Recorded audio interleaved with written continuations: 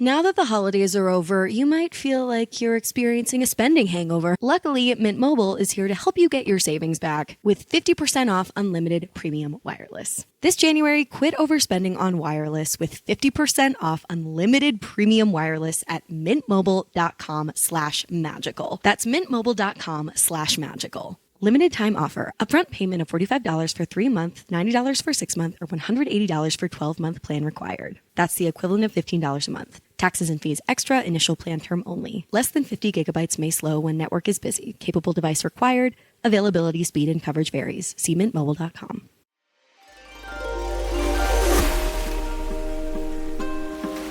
Welcome to the Magical Overthinkers podcast, a show for thought spiralers, exploring the subjects we can't stop overthinking about, from revenge to crime. If you ever get the feeling that despite living in the information age, the world only seems to be making less sense, or if you identify as a thought spiraler, an overthinker, but also a dreamer, then you're in the right place. This podcast is here to soften the clash between our innate human mysticisms and the overwhelm of this time. It's here to help us think less about the things that don't matter and more about the things that do. I'm your host, Amanda Montel. Today, for our premiere episode of 2026, we're overthinking about horniness.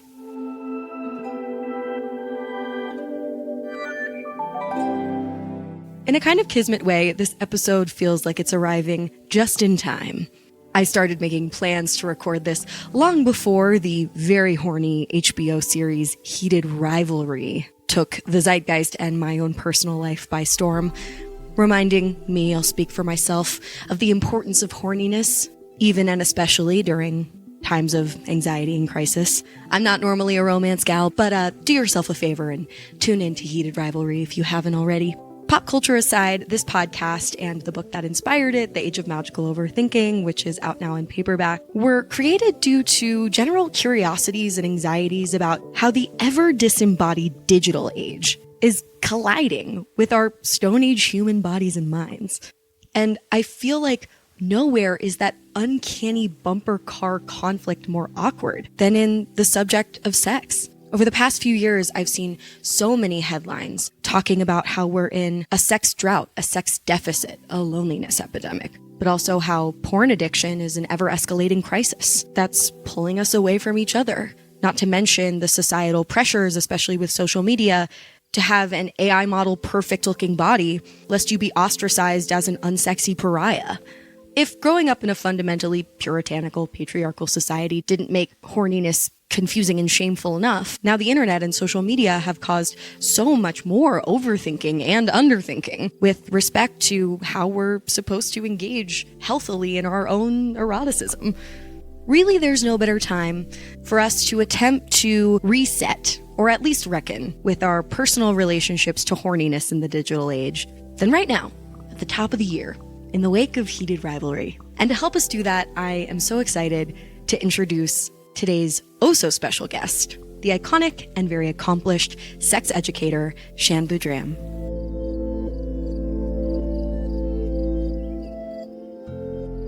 Shan, welcome to the Magical Overthinkers podcast. Could you introduce yourself and your work to our listeners who dare not to know? Yeah, I'm Shan. I'm an ASEX certified sex educator with a master's in psychology who has been talking about sex, love, and relationships for the past 20 years in some really interesting spaces. I am known as the workshop facilitator on Netflix's Too Hot to Handle.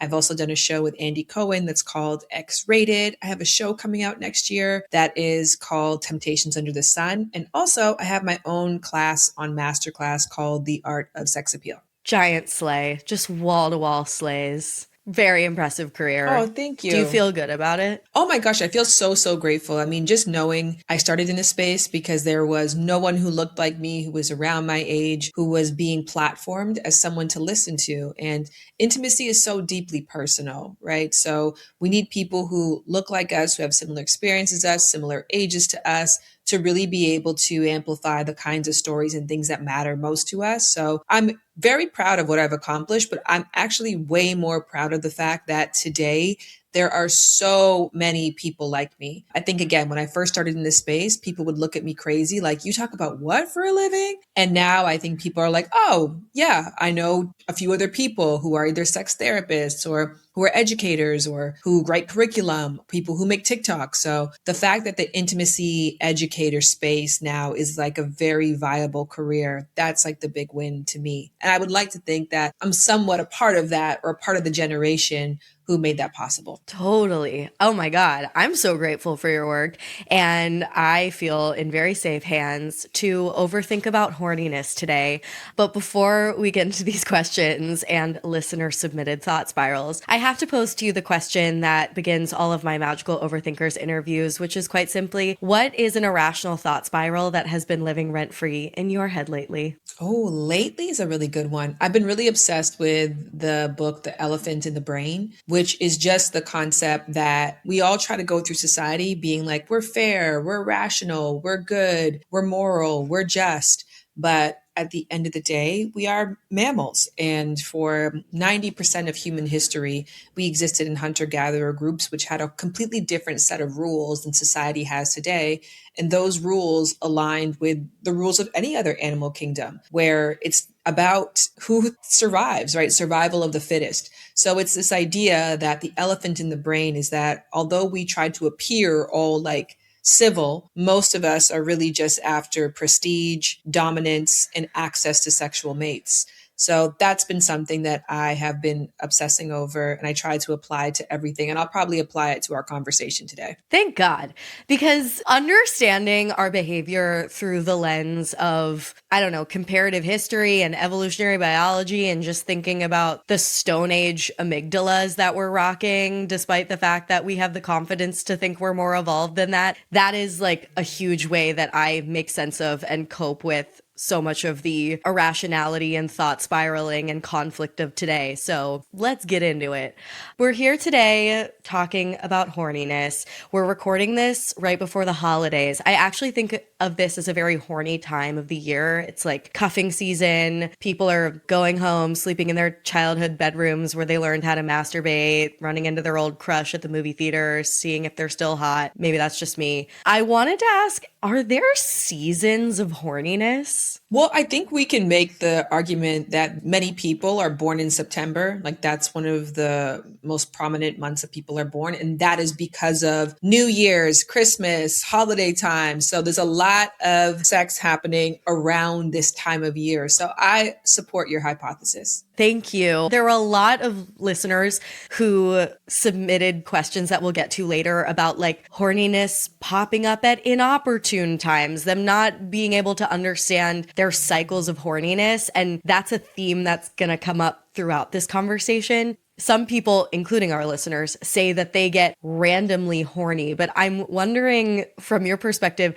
how random is horniness really? Like, what patterns do you see behind certain urges? Is it like stress, boredom, restlessness, the desire for validation, procrastination, doom scrolling? Like, what is actually making us horny? Yeah, that's such a great question. I think first and foremost, in order to be horny, you have to be in a space where survival seems viable. We know this also as well, too, from people who have an eating disorder, right? When you are not feeding your body and your body is not in a healthy state, you're likely not going to be thinking, let's procreate, right? So if you're thinking about that again in our hunter-gatherer brains, if you're in an environment which your body is saying, I don't even know if we can survive, let alone work towards a survival of this extremely, the human baby is like the most fragile, the most useless baby of all the babies, right? It just comes out and does nothing. It needs you for everything. So for that reason, you have to be so capable, so fit, and have additional time. So if your body is extremely stressed, if you're not getting enough nutrients, if you're extremely sick, that's one of the ways that horniness will not be accessible to you. So a lot of people may find that that's a big deterrent for them or determining factor. For people with vulvas or for women, we know that it's on ovulation, right? So your natural cycle is going to take you through phases where you're in the follicular phase, and then you are in ovulation phase, and then you're in the luteal phase where it's the breaking down, and then into menstruation phase. Not that you can't be horny at all different phases, but it's likely that around 12 to 14 days after your period, you're going to feel that additional spike. This is maybe just like a personal question that applies to me and I don't know, anyone else with a hormonal IUD, but I'm like very disconnected from my phases of reproduction because I like haven't gotten my period in 6 years. Does that all apply to me too? Yeah, I think that it's important to note. You might just like do like a temperature check, like seeing how your bodily temperature changes in different times of the month. You might do a strip effect. So use it like peeing on sticks different times a month to see where your hormone spikes are. So a lot of that's kind of dependent on how high your dosage is, how your body's responding to it, how much hormones you make in the beginning. And again, there's a lot of times we're not even like cognizant of these. I actually really didn't become aware of my 4 phases of my cycle until after I had kids. I actually didn't even think about ovulation until I was trying to conceive. And so it's not that those things weren't impacting me, but I just didn't really have a reason to like hyper pay attention to it. Yeah. It's like a mosquito. You can't feel a mosquito bite you, but if you're looking at your arm and a mosquito bites you, you can feel that bitch. You're like, I can feel every hair that you land on. So focus is a really big emphasis point too. So if you're wanting to track your horniness, that's why those amazing apps exist of tracking your period.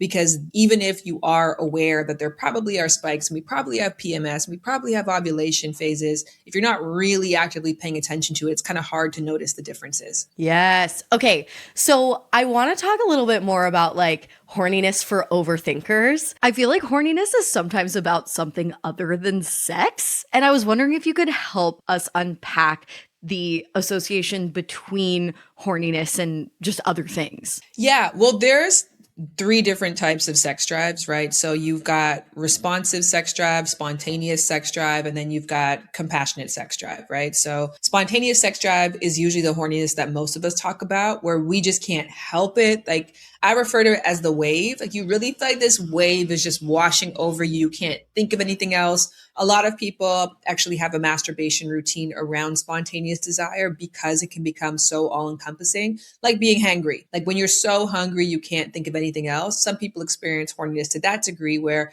this wave washes over them and not until they are satisfied are they able to focus on something else. So I know tons of people, especially people with penises, who are like, I wake up every day and I masturbate, not because I want to, but it's just maintenance so that I can do other things. Because if I don't get that out of the way, that becomes like a preoccupation all day. So you might actually have like a responsive sex drive, or you might have a strategy for managing a spontaneous sex drive because you know it's going to come at some point. So you're like, let me just get this out of the way.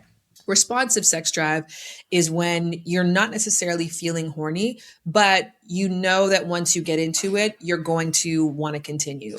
So that actually more so is something that people in long-term relationships talk about, where you lose that spontaneity that like, I have to consume my partner, which is beneficial because as your relationship becomes multi-dynamic with someone else, I don't really want to be like, hey, Jim, can we sit down and talk about the taxes?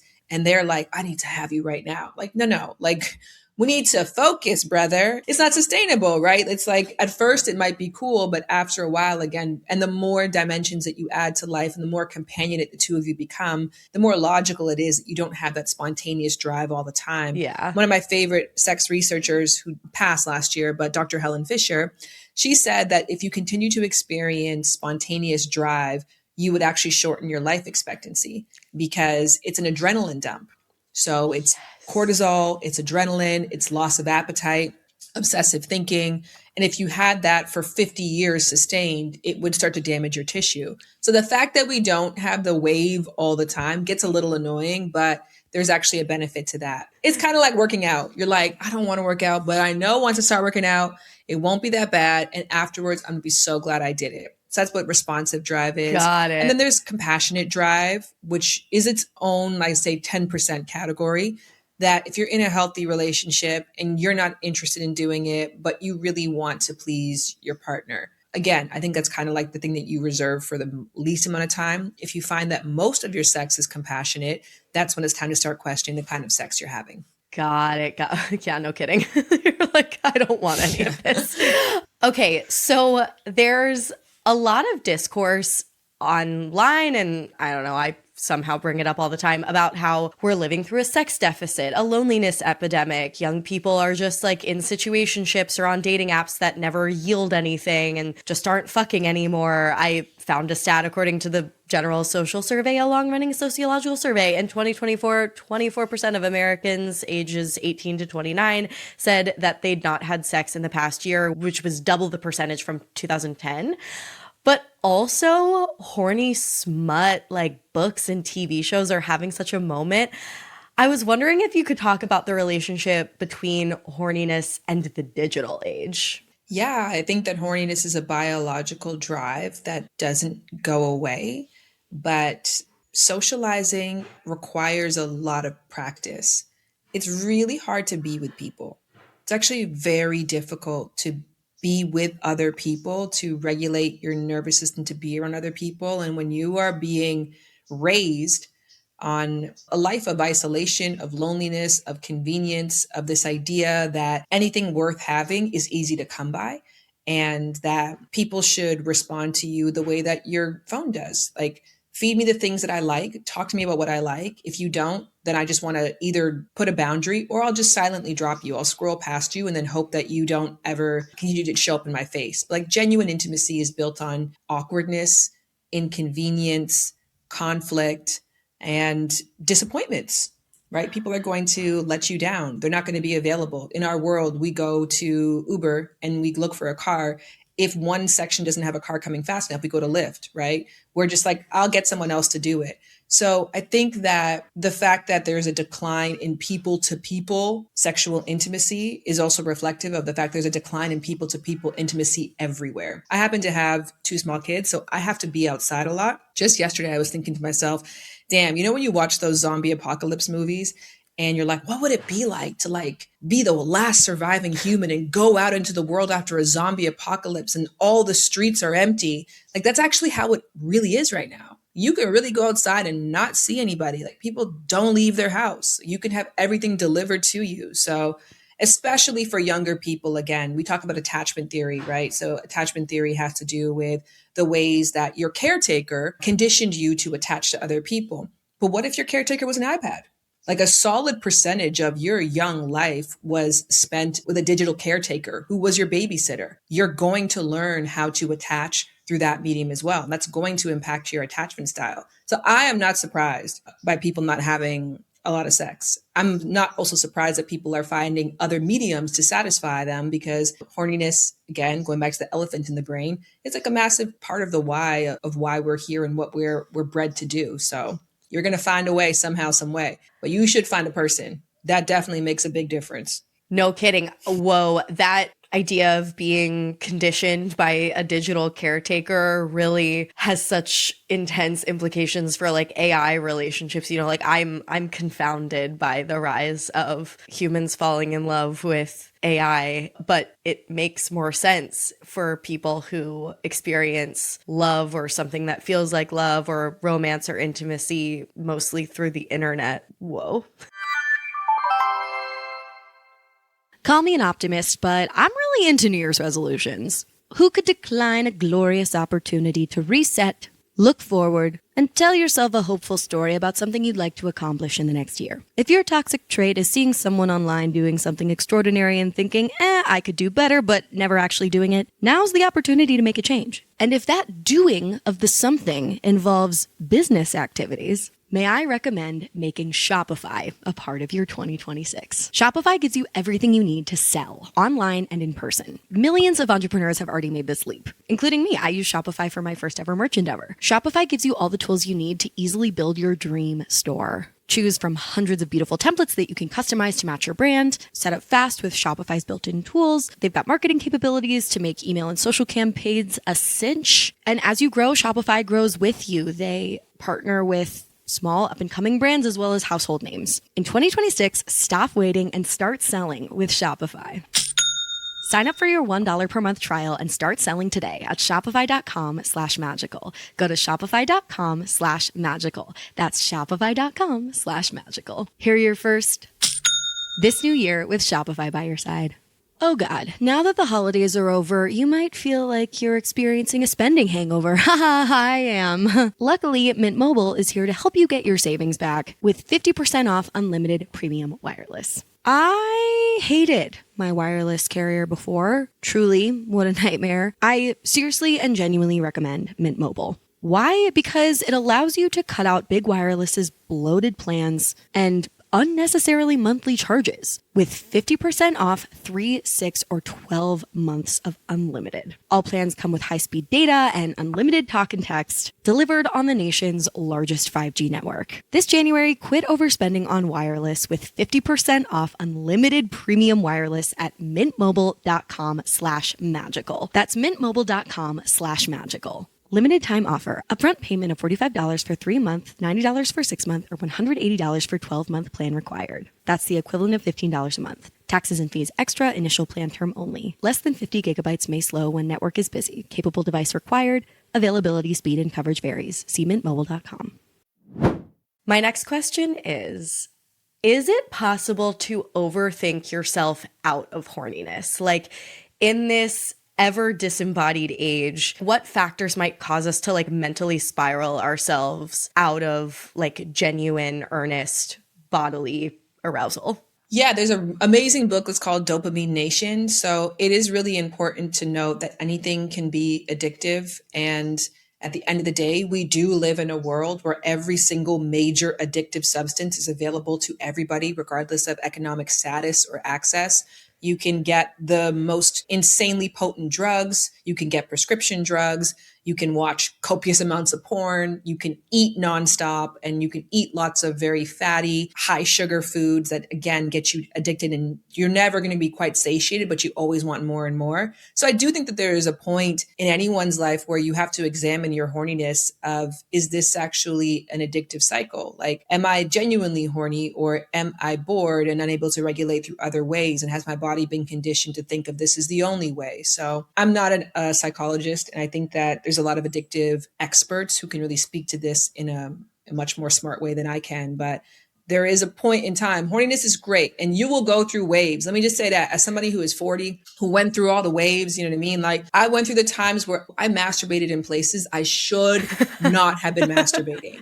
And I didn't want to. It wasn't like, this is a kink or a turn on. It was like such a roaring wave that there was nothing else that I could do. But when I honestly think about that, that wasn't dictated by addiction or dictated by anything else. It was just my body's response. It was the age, it was the hormones. And now I'm at a place where I don't feel those waves anymore. And I miss the waves sometimes. And sometimes I gotta take pills to get the waves. So that to be said, you have to know what your baseline normal is. And your normal is going to change throughout the years. Like I said, you're gonna have a time where you're concerned about yourself. I've interviewed so many young men, or men who are older, reflecting on their days as young men. And they'll say to me, Shan, honestly, if I could have called Child Protective Services against myself, I would have. That's how much I masturbated.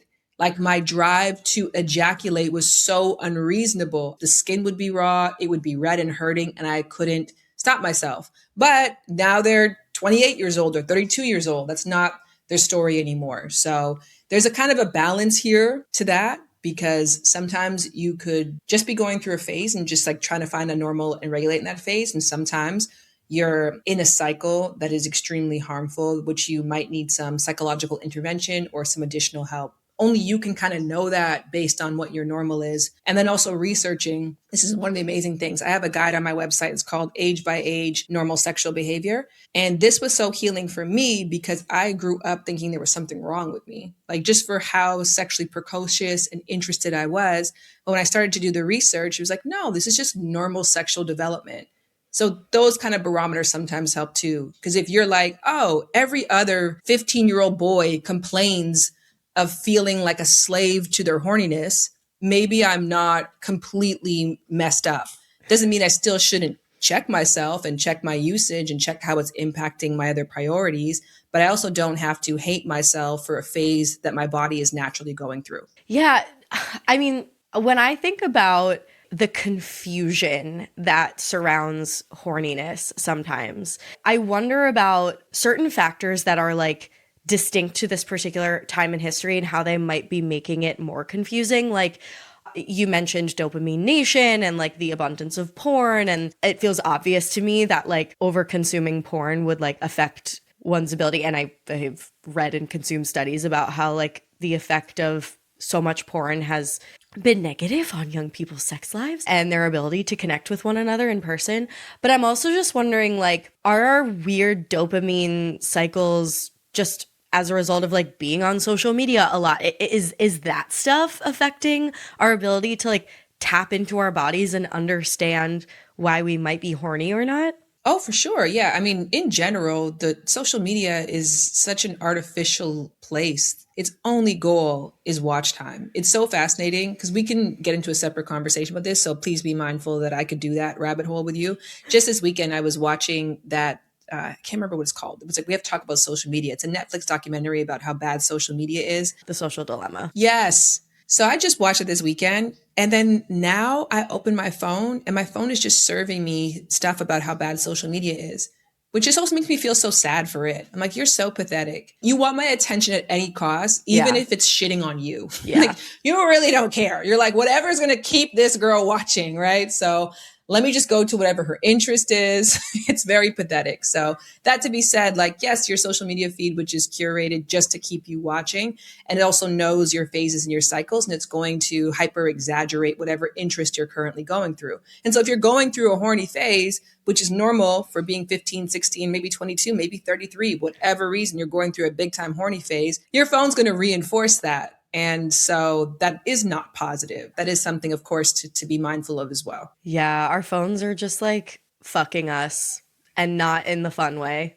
I also am thinking about like just the rise of like conservatism and traditional Christianity and purity culture in society right now, and how that's enforcing some pretty fucked up cultural messages about sex and abstinence. I felt like we were moving in a positive direction with regard to all of that for a while, and now we're so upside down and backwards. And I feel like there's gonna be great fallout from that with regard to guilt and shame surrounding horniness. How do you see that rise of conservatism and potential like shame and misinformation around sex showing up in people's relationship to their own horniness? Yeah, I mean, of course, you see sex become the enemy. It become demonized. It no longer be regarded as a natural biological function or a natural developmental function, right? Like sexual development doesn't start at 16 years old. It starts from utero. So you're always a sexual person for your entire life. You're going to go through different phases and again, different developments, and change is the only constant. So it'll constantly be changing, but it's always there. So you start to get a rejection of that idea, right? That you're not sexual until, or you shouldn't be sexual if, or again, the separation of human sexuality from humanity happens with an ultra conservative culture. And this idea that God has specific rules for us on how to live well. And a part of that has to do with how much you deny your basic human instincts.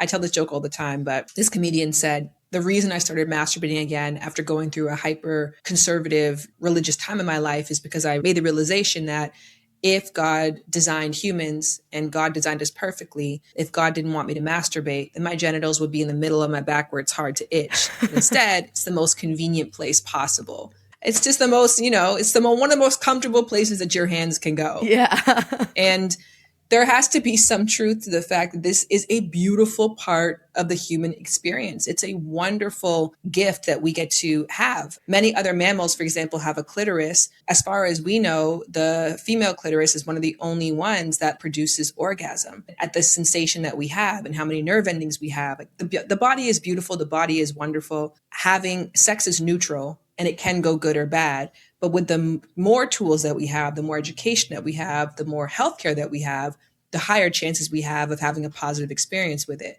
So kind of going back, I guess, to like 3000 BC way of thinking, when a lot of those rules were logical for the times, right? It's like there wasn't a lot of ways that you could police incest. There wasn't a lot of ways that you could police a sexual assault or rape. And then, of course, the medical system wasn't there to support STIs. There was no system, of course, in place to support birth control. So a logical rule for 3000 years ago was like, just don't do it. Mm-hmm. This is bad. Just don't. Like there's so many risks associated with this. So don't.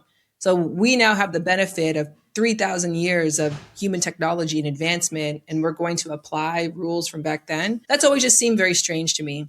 I will say, though, as a nod to the ways that the culture is becoming more conservative, because the pendulum is always swinging. So there's a book that I love. It's called Datanomics. And it says that when our culture is very libertine or very liberal in terms of our sexual attitudes, it often gives men the control in the dating market because they're able to have multiple sexual partners. And it's important to note the ways in which testosterone impacts how much people want to have sex. So people who have higher amounts of testosterone, let's say just generally, tend to want to have a lot more sex. And also too, going back to our hunter-gatherer days, you can make an argument for why it's logical for people with penises to want to have multiple partners versus just one. Because 200 years ago, if you got 7 women pregnant, you were the star of the town. Because only 3 of them will make it to pregnancy. 1 of them will survive past that. And 0.5 of those kids will make it past age 15. So the fact that somebody could have multiple people pregnant would have made you a star. Now, 200 years later, it makes you a fuckboy. Nick Cannon. Yeah. Nick Cannon or a fuckboy. So anyways, that all to be said, the idea is that when our culture is more liberal, men do have more control in the dating market. And when things become more conservative, women start to have more control in the dating market. And there's been a rise in women who say, I am horny and I want to have sex. I just now have a higher standard for emotional safety, for physical safety, for sexual pleasure. And as a result, I actually don't know anybody who I want to have sex with. And that's also a move away from compassionate sex. Like, I'm only going to have sex when my body actually wants it. And when I know 2 weeks from now, 2 days from now, I'm going to be grateful that I did. So there is something to be said about kind of like early 2000s hookup culture and the ways which that was liberating for women. And many cases that also led to the era of Me Too. So now we're moving into another direction. I hope the pendulum doesn't swing way too far, but there are some benefits to moving away from a sex positive culture to a sex positive cautious culture. Interesting. How do you think that like conservatism in heterosexual culture affects queer community? I hope that it goes both ways, right? Like I genuinely hope that queer communities impact. I mean, culture is culture and we're social animals. So we're socialized to create our norms based on what's going to keep us in good standing in our social groups. So you're going to see social attitudes adjust based on where your community is. The kind of crazy thing about today's day and age is your community is no longer 20 to 50 people. It could be 20,000 people. Yeah, that's crazy. So depending on how much of what it is, if you have 100,000 followers, like it's whatever the general consensus is of those individuals. So there's been so many ways in my life. I'm a straight cis woman and I have so many incredible queer friends, and there's so many ways that they have positively impacted my view of my sexuality, my idea around consent, my idea around kink, my ideas around monogamy, and then of course vice versa. So I don't know if obviously there are more straight people and many more straight people who are platformed in terms of like mass media. So that becomes like a prevailing voice of reason. I put reason in air quotes because we still live in a place that is hyper conservative, that is very homophobic in many ways and doesn't give enough fair and equal opportunities to people of different sexual orientations. But I would hope to think, and if you're not following enough queer people to really get the impact of the way that they see things, do yourself a favor and follow so many more of them. Because just inherently by the fact that queerness is a rejection of the norm, that means that they've had to analyze so many other norms in their life, and they have the muscle for doing that. So they have had to dismantle one of the greatest social norms in order to live their truth. And that often leads to, okay, well, what else was I told I'm supposed to do that actually doesn't work for me? So they've done a really remarkable job of rewriting the script to actually center themselves, which is work that everybody should do. So true. Yeah. I've actually found sort of like, I don't know, as like an iconoclastic impulse maybe that living through increasingly conservative times, I'm bisexual, has made me want to be gayer. It's made me lean into my queer community more just as like a lifeline. Like, how can we stay afloat amid all this and like have a good time and be ourselves? And anyway, I agree with everything you said. Well, cheers to you. Cheers to you being gayer and happier. Thank you. Very happy so for much. you. I have one more question for you from me, and then I'm going to turn to some listener submitted thought spirals and overthinky questions. But my last question is, for those who are listening who want to develop a healthier relationship with their own horniness, a more authentic relationship, let's say, do you have any tips? Yeah, I think it is important to look at your algorithm. That was a great point that you brought up that I'd never really thought about as a checkpoint before, but see what's being fed to you. It's a beautiful thing to be in touch with your authentic life cycles, whatever those are, right? Your authentic aging cycles, your authentic growth cycles, your authentic experimental cycles, like even identity reform, right? There's like natural points in our life which we're going to change your identity, and midlife crisis and preteen years and quarter life crisis. So it's wonderful to kind of be at those checkpoints and be like, oh, like I'm right on time, and to lean into those. But when your cycles and when your bodily functions are no longer in your control, but they're in the control of this external thing, which only has a goal of sucking you in and consuming your time. It doesn't care about your health. It doesn't care about your livelihood. It doesn't care about your connections with others. It just cares about how much you connect with it. That's when it's important to start, tamping down. And whether that is like unfollowing certain spaces or putting blocks on your phone, like that, I think is a huge one to feeling like my horniness is a relationship between me and my body, which it should be. Like that's the best kind of horniness, the kind of horniness that you're like, oh, like this is me doing what I think is best for me. This is me and my body responding to its needs right now, not my body being manipulated. I don't think that manipulation and sex ever go well together. Here, here. Thank God my algorithm right now, I feel like, well, I mean, who doesn't have like a toxic relationship with their social media use? And if anyone listening doesn't, like hit me up. I'd love to hear how you keep your shit in check. But my algorithm has recently just started serving me like gorgeous, romantic, direct to cam Italian men. And I'm just like, maybe the internet's okay sometimes. I'm very happy right now. But yes, a balance between online and offline, cerebral life and embodied life.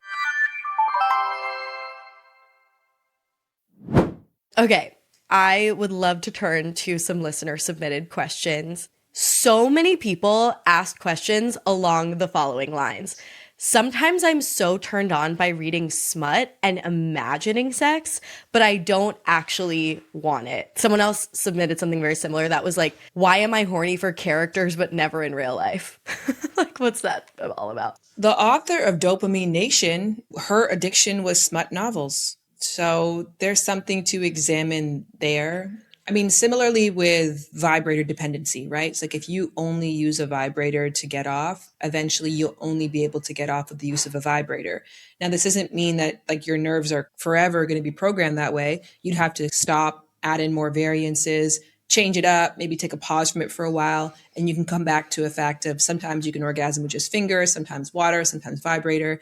But if you are only training yourself to be stimulated in one particular way, that becomes the only way that your body responds. So that to be said, we can't look at smut as like very different from porn, like we can all agree that like overconsumption of porn. And of course, people who only masturbate to porn, some of the problems that they have in their intimate life and the problems that they have with their sexual self or with focus.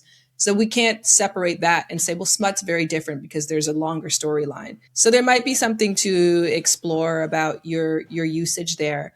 Also, too, there's a very big difference between fantasy and reality. The things that I fantasize about and the things that I like want to do may not always manifest in what I actually do in real life. There's just concepts in there that get me turned on, or concepts in there that I like to play with up here. Doesn't mean I want to physically play with it in the real world. So again, there's kind of this balance. If you have a healthy relationship with smut and you're like, this doesn't take over my life, I have other varied ways of receiving sexual stimulation or getting connection or getting romance in my life. But I do notice that this trend is happening. As long as you're still having orgasms in other ways, then that's fine. You don't have to act on your horniness every single time that you're horny, whether you're married or partnered or single or you got smut books, whatever it is, you definitely do not have to always act on it. And sometimes it's much better if you don't.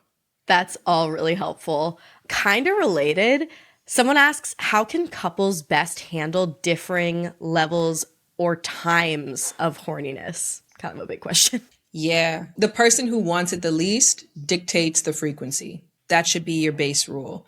We only have sex based on the person who wants it the least interest level, because we only have sex when we both want to. So that's it. So if we both don't want to do it, we don't do it. Again, if you have a healthy reciprocal sex life, you can throw in some compassionate sex in there, because you're like, my partner does so much no more for than me. 10%. This is one place. No more than 10%. Really. And after that, it's important for the partner as well, too, because they need to know that the kind of sex that the two of you guys are having, you're not enthusiastic about. So it's a disservice to them actually to do more than 10%. You got to eventually say something's off. Maybe my body, maybe the way that we're coming to sex. There's this therapist and her husband, they have this channel, Vanessa and Xander Marin. She has like over 1 million followers, and she surveyed her followers about sexual initiation, and only 17% said they liked the way that sex was initiated in their relationship. It's like, that's a really important thing to know. Like, sometimes for people, it's not even that the sex itself is not desirable or they don't want to have sex, but the way that their partner is coming to The sex ask just is doesn't work coming for in them. weird. The ask is coming in during tax season, or it's coming in when there's a bunch of dirty dishes around, or it's coming in after I had a long day. Like, there's so many things that are not happening before to get my body in that place, and I'm completely turned off, even though I am turned on by you. So I just think it's very normal to go through differing libidos, because again, libido is going to change. What are the odds you're going to always sync up to be on the same playing field? So you just have to have those conversations, be honest, and then, give your partner an opportunity to course correct and do the same for yourself. This is probably like so cringe, and I don't even know if you would endorse this, but there was a period last year when my partner and I were like, we're being workaholics. We're not having enough sex. Like, it's not healthy for us. And I was like, I like to have sex during the day. I'm a high noon girly. So we were like putting time on the calendar. And like, even if we both were not feeling it, we were like, no, this is our sex hour. And we're going to like romanticize this hour. And like, we don't actually have to like shtup. We can just have it be like a sexy hour. But that was the assignment. And it was cute. You know, it wasn't a bad thing. It wasn't a permanent fixture. Did not become a permanent fixture.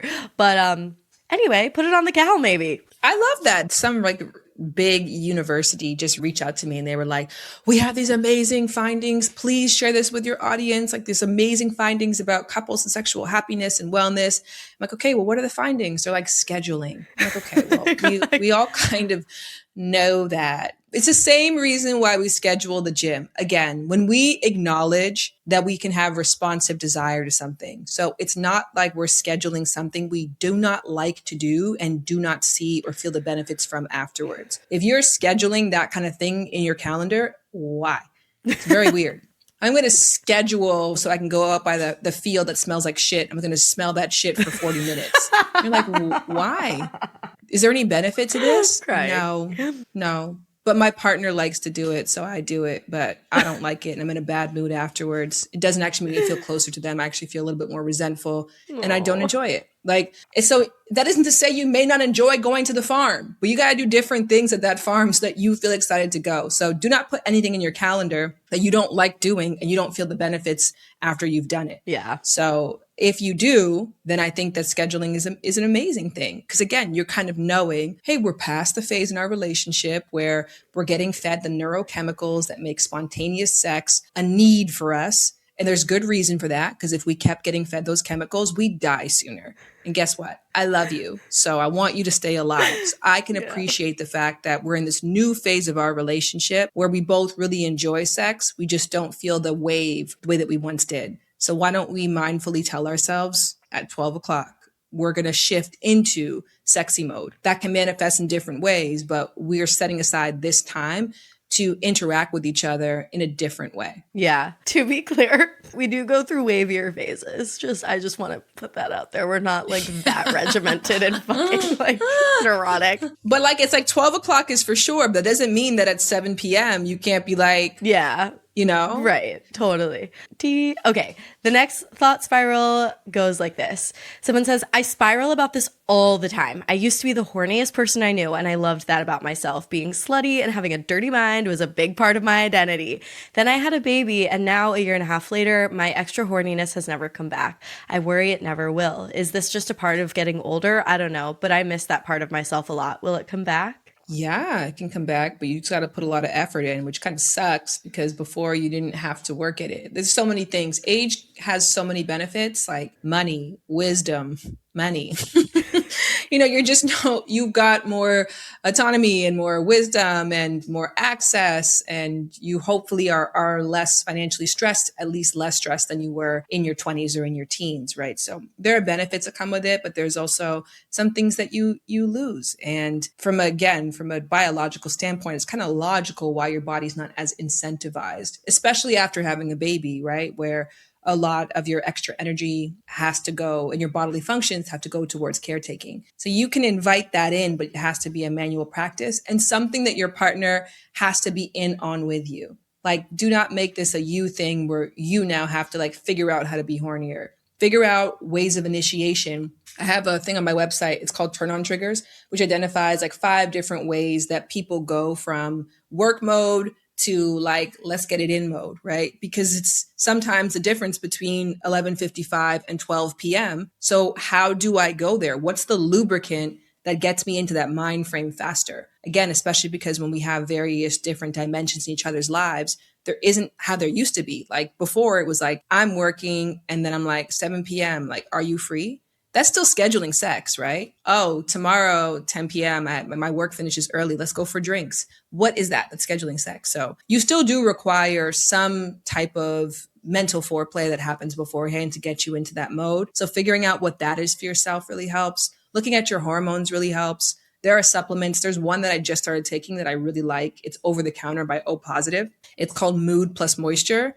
That shit. I'll just be sitting here sometimes. I'm Whoa. like, Okay. so that you could find something for you, maybe something that's prescribed, or maybe there's more smut books you can invite into your world that get you into that headspace. And then when you're with your partner, you don't have to feel like you have to do as much work to get that responsive drive to kick in. So don't give up on yourself. It's very normal. It's very cool what your body just did. And your body can do other cool things too. You just have to put the effort in.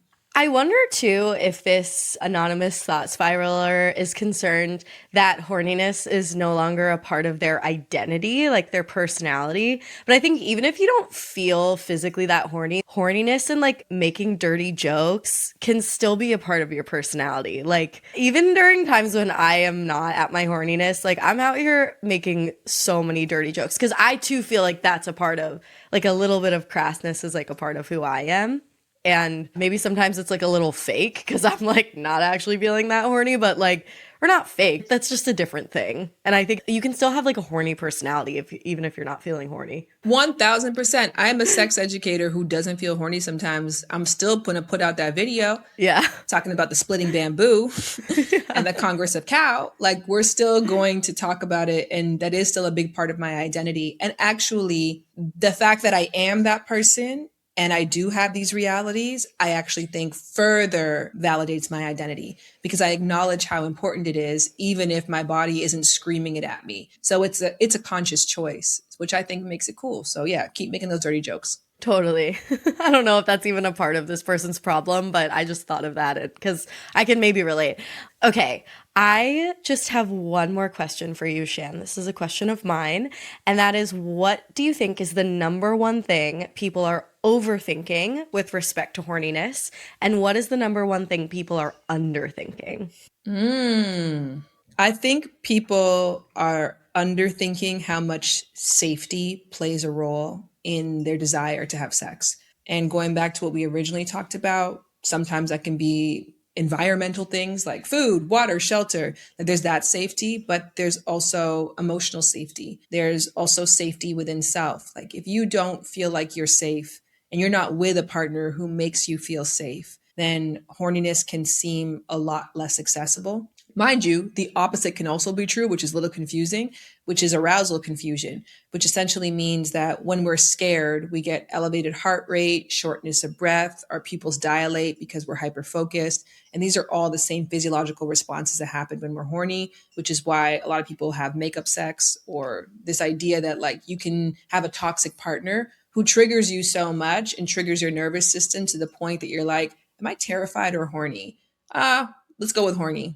But for many other people, and one of my most popular podcasts was with Cree Summer, and she basically said she couldn't figure out why she never felt like having sex in her marriage. It's because her partner didn't provide a space of safety. Her partner was always kind of in survival mode and was always constantly ruminating over the things that they didn't have. And so that just told her body, well, we don't have enough. So I don't have the capacity for this. So I just think reflecting on safety, maybe in either direction. People don't think enough about safety and the role that plays on their sex drive. I think people overthink. This is not the right answer because it's not really quite the same question, but I'll just say in this day and age, there is a rise of celibacy because a lot of people are saying that even though I want to have sex and I'm interested in sex, I don't have anybody to have sex with. So I'm going to stop having sex because I don't have a partner who I think is worthy of that. I think that the problem is the people pleasing tendency. It's not necessarily in the sex. So it's kind of like me saying, I have a problem with sugar, so I'm no longer going to eat cupcakes. You're like, okay, well, what about all the other billions of things that have sugar in it? So I think that in a time where people are starting to feel like their relationships are not providing enough safety, the first place that you go to try to protect yourself is to say, I'm not going to have sex. But instead, you should really be reflecting on what things am I doing where I betray myself? What actions am I doing that go against what I actually need and what's healthy for me? Sex might be a part of that, but that shouldn't be the start and stop of that list. Fascinating. Wow. Thank you so much for answering my questions and reacting to our listener thought spirals. If people want to keep up with you and your work, where's the best place to do that? Go to loversbyshan.com. All the resources that I talked about today are over there, and I spent a lot of money on the website, so I like when people go to it for sure. Slay. Before we go, Amanda, I need you to tell me what you think that people underthink when it comes to horniness. God, but I only dish it out. I never take it. I genuinely think that people are underthinking the social media of it all. I think that young girls feeling like shit about their bodies because they see hot influencers in their feet, that's not going to make you feel good about yourself. That's not going to make you feel horny. I think those less obvious factors are also fucking us in a bad way. You killed that. That was the perfect full circle to our whole conversation. Oh, wow. I knew that I would pass the ball to you and you would dunk it, and you did. Thank you. Thanks. Wow. Well, that made me feel good about myself. Thank you so much. Thank you all for tuning in to the Magical Overthinkers inaugural episode of 2026. Now's the point where I share a tidbit of evidence-based advice for how we overthinkers can get out of our own heads this week. Since we're at the beginning of a new year, this one has to do with productivity. It's from a study titled Categorizing Tasks Around a Break Reduces Rumination and Improves Task Performance. And it provides a little bit of advice for those who might struggle with rumination and stress surrounding productivity, can better divide their work versus rest time in the middle of a work day. It's kind of a super niche piece of advice, but at the same time, I think really bite-sized and manageable, and so I hope it resonates. The study's abstract opens with this line: people often take short breaks from goal-related activities, like at work or during exercise, to stay motivated and prevent burnout. But this study suggests that the specific way in which individuals construe tasks around breaks influences their rumination about the task during the break itself. So, for example, some breaks during the workday might not feel as actually restorative and burnout preventing as others. And this might be why. The study suggests that when scheduling breaks, it would be, quote, wise to schedule breaks between two tasks, as opposed to in the middle of a task. This might sound obvious to some listeners, but for those who struggle with time management or feelings of inadequacy and unproductiveness at work, this study empirically found that when a break in work falls between two tasks rather than occurring in the middle of a single one, participants were found to be less likely to have negative ruminative thoughts about the task during the break. And thus, they felt less shitty about themselves, I guess, and were able to use their break more restfully. I hope that's helpful. I'll catch you in 2 weeks, where we'll be exploring a new thought spiral. And in the meantime, remember, think it over, just don't overthink it.